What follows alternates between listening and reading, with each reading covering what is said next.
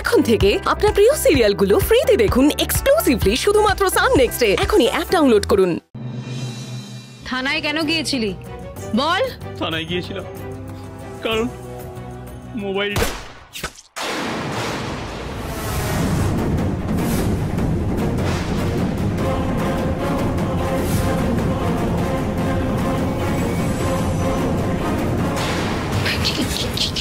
কি গুলি চালা রানী বাড়ি চল দেখি যা জানিস বল, বল কে পাঠিয়েছিল তোকে? কেন বল, কি জানিস তুই বল আমাকে, কে পাঠিয়েছিল বল বল, কি হলো বাবু?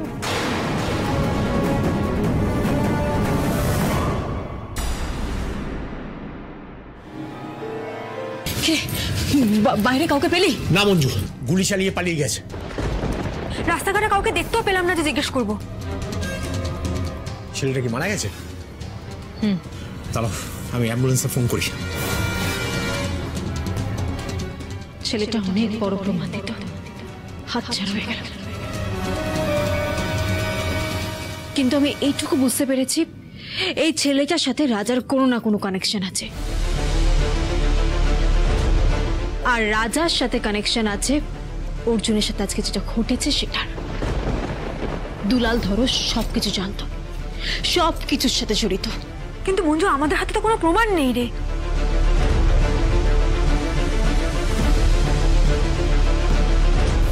বল মেমোরি কার্ডের কথা বল। চুপ করে দাও, বল মেমোরি কার্ড ফাটিয়ে দাও। ও মরার আগে মোবাইলের কথা বলছিল না? তার মানে ও থানায় মোবাইল দিতে গেছিল। কার মোবাইল? অর্জুন। ওকে বড়বাবুকে অর্জুনের মোবাইলটা দিতে গেছিল, কিন্তু কেন?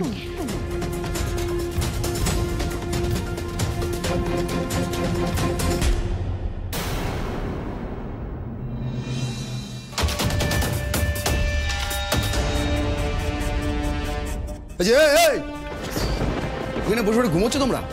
হ্যাঁ কি আবার তোমরা রাউন্ডে যেতে বলেছিলাম না স্যার? আজকে তো মঞ্জু আর রানীর রাউন্ডে যাওয়ার কথা। আচ্ছা তোমাদের মধ্যে দয়া মায়া কিচ্ছু নেই? দেখছো যে মেয়েটার বর মারা গেছে, মানে ওর মাথা এমনি খারাপ হয়ে গেছে। তোমরা বলো তো, ওকে বলা যায় হ্যাঁ যে তুমি রাউন্ডে যাও? যাও তোমরা যাও, যাও রাউন্ডে যাও।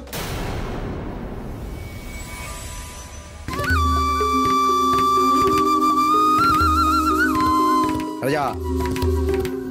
কি হলো? এত আনন্দ কিসের? কোথায় পাঠাচ্ছেন সবাইকে? কাজ হয়েছে?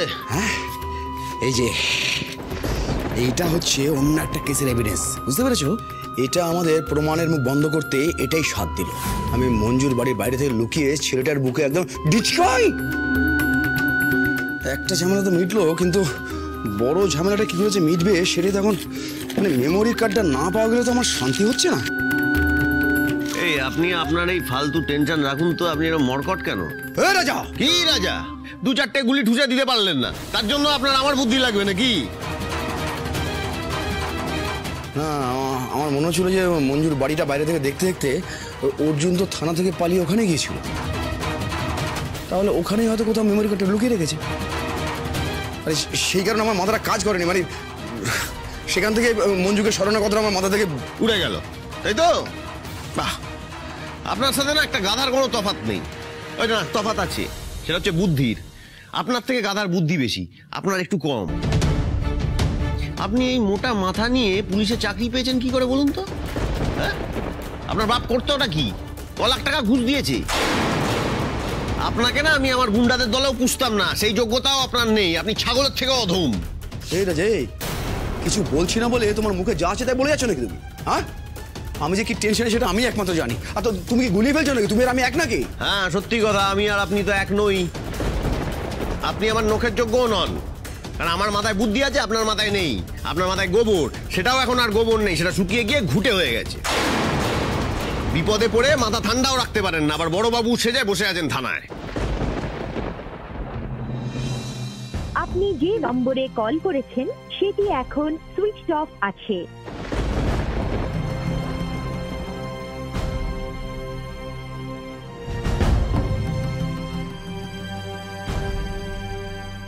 কিরে বোন, তুই তো সকাল থেকে সেই ছোটাছুটি করেই যাচ্ছিস। হ্যাঁ, এবার একটু বিশ্রাম নে বোন। কিসের বিশ্রাম? আমি এখনো অর্জুনের কোনো খোঁজ পাইনি দাদা ভাই, আমি এখন বিশ্রাম নেব? হয়তো ওর মোবাইলটা থেকে আমি অনেক কিছু জানতে পারবো, কিন্তু সরাসরি যদি বড়বাবুর কাছ থেকে অর্জুনের মোবাইলের ব্যাপারে জানতে চাই তাহলে কিচ্ছু বলবে না। আমাকে অন্য উপায় ভাবতে হবে। আমাকে জানতে হবে ওই ছেলেটা কেন ওই মোবাইলটা থানায় দিতে গেছিল। মোবাইলটা তো অন্য কারোরও হতে পারে, ছেলেটা তো বলেনি মোবাইলটা কার। না দাদা ভাই, গুন্ডাদের অর্জুনকে ধাওয়া করা, বড়বাবুর মোবাইল নিয়ে এত গোপনীয়তা, সবকিছু অর্জুনের দিকে ইঙ্গিত করছে। তাই আমাকে সত্যিটা জানতেই হবে। কিভাবে জানবি তুই সত্যিটা? সেটাই ভাবছি। বিশ্বাস কর বোন, এই টেনশন আমি আর নিতে পারছি না। আমি পারছি না, দোষ পারছি না।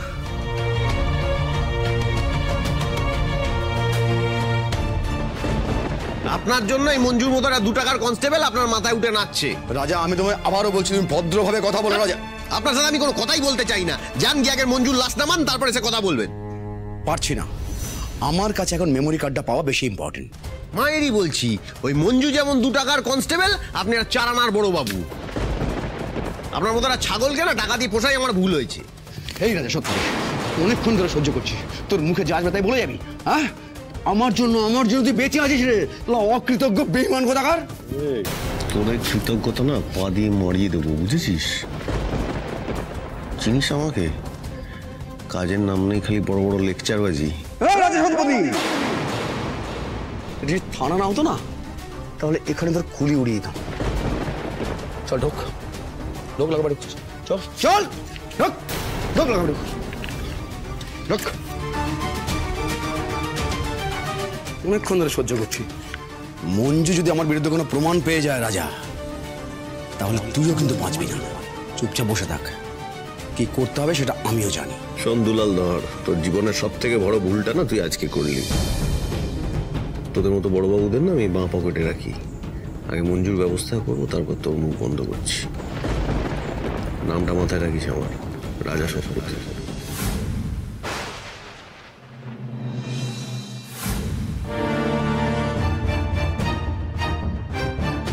আচ্ছা অভিপ, তুমি বারবার এত ভয় কেন পাচ্ছ? কি হচ্ছে তোমার সঙ্গে এগুলো?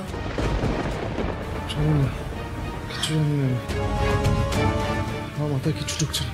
আচ্ছা তুমি তুমি কাকে দেখে ভয় পাচ্ছ সেটা একটু বলবে আমায়? বললাম তো জানি না, আমি কিছু জানি না। বলছি প্রদীপ কাকুরা কোথায় গেল এত রাতে? কি একটা আর্জেন্ট কাজ পড়েছে তাই তড়িঘড়ি বেরিয়ে গেল। এই ব্যাপারেও আমি এক্স্যাক্টলি কিছু জানি না। এত রাতে আর্জেন্ট কাজ? বলতে পারবো না অদিতি, প্লিজ আমাকে এত প্রশ্ন করো না। আমার খুব ঘুম পাচ্ছে, একটু ঘুমোতে দাও। ঠিক আছে।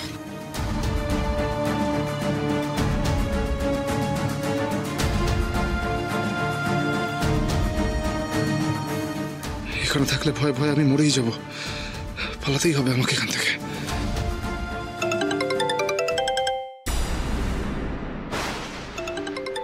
রাজা এত রাতে?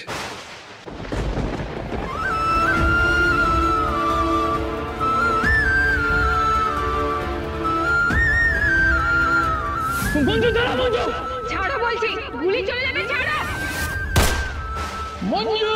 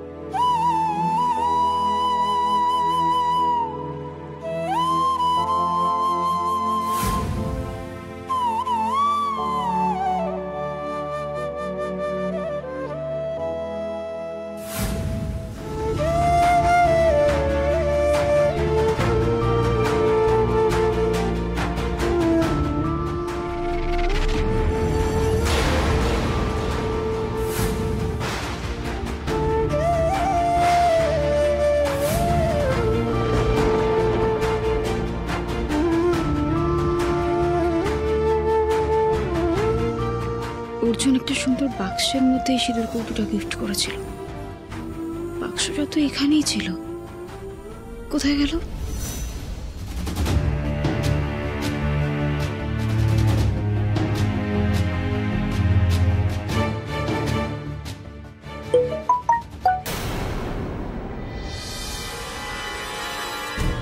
মঞ্জু, আমি মরিনি, বেঁচে আছি। তোমার সাথে না একবার দেখা করতে চাই। কবে দেখা করতে পারবে? অনেক কিছু বলার আছে তোমাকে।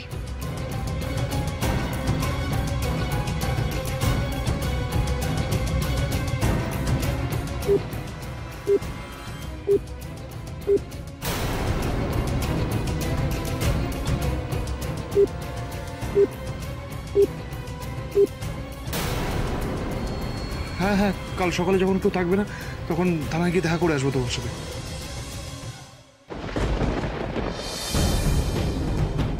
এবার মনে হচ্ছে আমার স্বপ্নটা পূরণ হবে। নিশ্চয়ই রাজা আমাকে মঞ্জুকে মারার সুপারি দেবে, আর ওকে শেষ করেই রসুলপুরের দুঃস্বপ্ন থেকে আমি পালাবো। উফ, আর নেওয়া যাচ্ছে না। খুব দরকারি একটা কথা আছে। চারপাশের পরিস্থিতি আগে ভালো করে দেখে নিও, তারপর তুমি গ্রিন সিগন্যাল দিলে আমি নিজে তোমার সাথে দেখা করব। তুমি আমাকে অনেক হেল্প করেছো, আমাকে মৃত্যুর হাত থেকে বাঁচিয়েছো। অনেক কথা আছে, দেখা করে সব বলবো, অভির মুখোশ করবো। আর তোমার হারিয়ে যাওয়ার সবচেয়ে দামি জিনিসটা আমার কাছে আছে, সেটাও দেবো।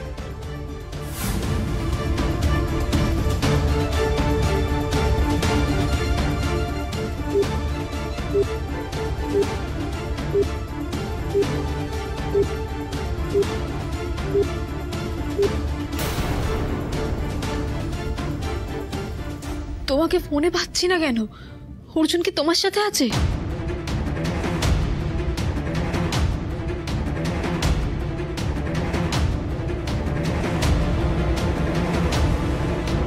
অর্জুন বেঁচে আছে তো?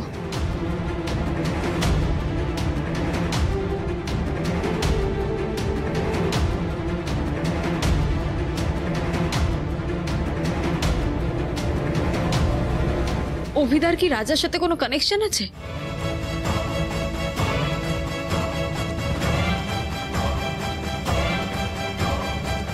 প্লিজ বলো না অর্জুন কি তোমার সাথে আছে?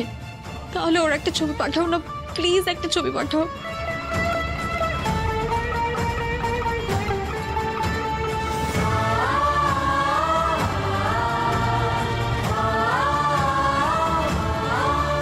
নিশাকে তো ফোনেই পাওয়া যাচ্ছে না, কি করব আমি? কিচ্ছু বুঝতে পারছি না। কেন নিশা হঠাৎ এই কথাগুলো বললো কেন? আমার সবচেয়ে দামি জিনিসটা ওর কাছে আছে, তার মানে ও সত্যি অর্জুনের কথাই বলছে। দাদা ভাইয়ের পর আমার জীবনের সবচেয়ে দামি জিনিস যদি কিছু হয়ে থাকে সেটা অর্জুন, তাতে কোনো সন্দেহ নেই। নিশা খুব কম দিন হলেও যে কয়েকদিন আমাকে দেখেছে খুব কাছ থেকেই দেখেছে, আর অর্জুন যে এখন আমার কাছে নেই সেটাও ও জানে। সেজন্যই হয়তো বলল আমার হারিয়ে যাওয়ার সবচেয়ে দামি জিনিসটা ওর কাছে। তারপর থেকে আমার কোনো ভয়েসের রিপ্লাইও দিচ্ছে না। কেন দিচ্ছে না? অর্জুন কোথায় আছে, কেমন আছে, আমাকে জানতেই হবে।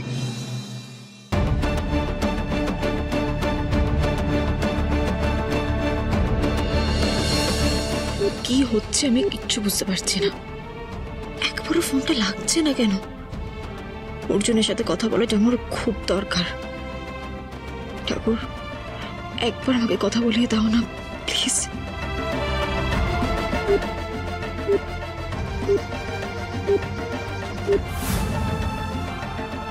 সব ঠিক আছে তো, নাকি এটা কোনো খারাপের ইঙ্গিত? আমি কি অর্জুনের আর খোঁজ পাবো না কোনোদিন? এত অস্থির হোস না, শান্ত হ।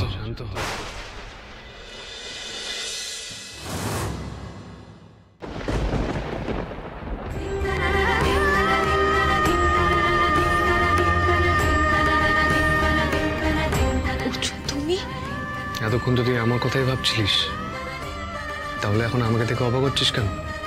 তুমি এখানে কি করে? এই কদিন কোথায় ছিলে তুমি?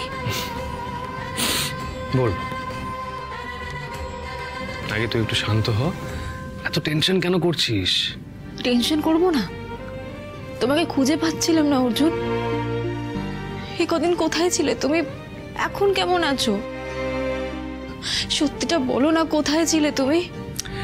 এখন আমি তোর এত হাজার প্রশ্নের উত্তর দিতে পারছি না। কেন পারছো না? পারছি না মানে চাইছি না। উত্তর দেবে না তো? তার মানে তুমি আমাকে আরো বেশি টেনশনে ফেলতে চাইছো? সেটাও নয়, আমি এখানে এসেছি তোকে তোকে দেখতে মঞ্জু। দেখতে হবে না, যাও তো। যাবো, তাই তো? হ্যাঁ তাই। এই কয়েকদিনে আমি তোমাকে একটিবার চোখের দেখা দেখতে চেয়েছিলাম, সেটা তুমি বুঝেছিলে?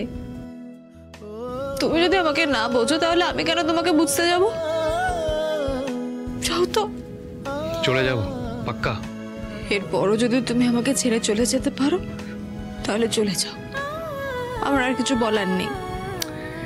এই মঞ্জু, দেখায় শোন না, বলছি আমি জানি অভিমান হওয়া ভালো, জানিস তো? অভিমান করলেই ভালোবাসা বাড়ে। দেখ, আমি এতদিন পর তোর সামনে এলাম, এখন তোর কাছে দুটো অপশন, এক অভিমান আর দুই ভালোবাসা। এবার তুই কোন অপশনের দিকে যাবি সেটা তোর ব্যাপার, আমার কোনো আপত্তি নেই। বিশ্বাস কর মঞ্জু, আমি তোর দুঃখ, তোর সব খারাপ লাগা এসব দেখে আমি এখানে এসেছি। তুই একদম টেনশন করিস না, এরপর থেকে আমাদেরকে আর কেউ আলাদা করতে পারবে না। শোন না, আমাকে একটু জল খাবে? হ্যাঁ দিচ্ছি আমি।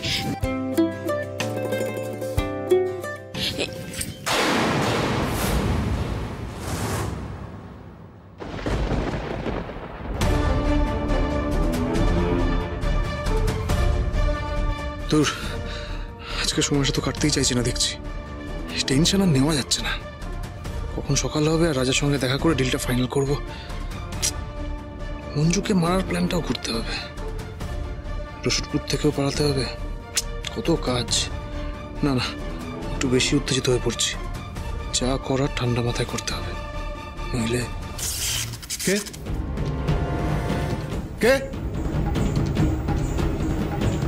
আপনি আবার এসছেন?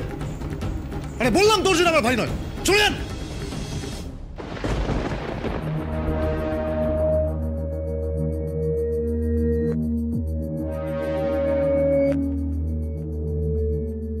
বোন, জলের বোতল হাতে নিয়ে এদিক ওদিক কাকে খুঁজছিস? কি হয়েছে?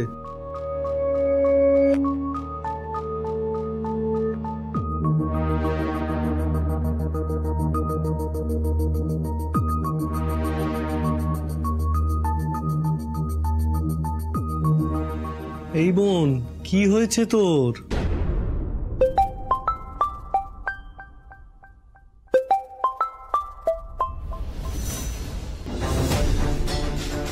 ভাবলাম নিশা ফোন করেছে, কিন্তু নন্দিনী। ওর আবার কি দরকার? হ্যালো, বাধ্য হয়ে তোমাকে ফোন করলাম মঞ্জু।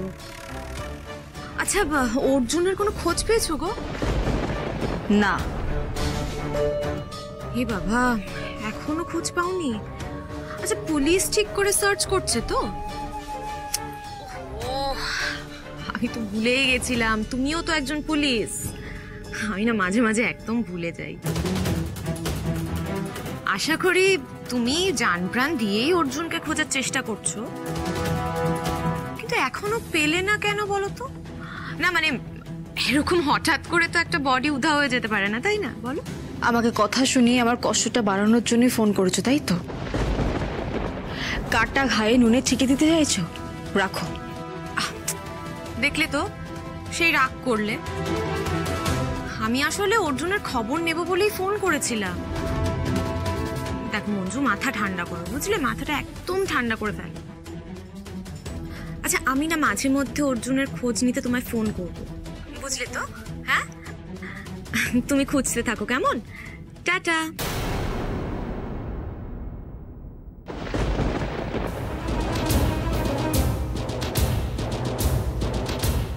বোন, নন্দিনী হঠাৎ এখন ফোন করেছিল, কি বলছো? নিশা আমাকে মেসেজ করার পরেই নন্দিনীর ফোন। তাহলে কি নন্দিনী নিশা বা অর্জুনের ব্যাপারে কিছু জানে? জানতেই পারে বোন, তুই কাল একবার খোঁজ নিয়ে দেখিস তো। কাল? হাতে এত সময় নেই।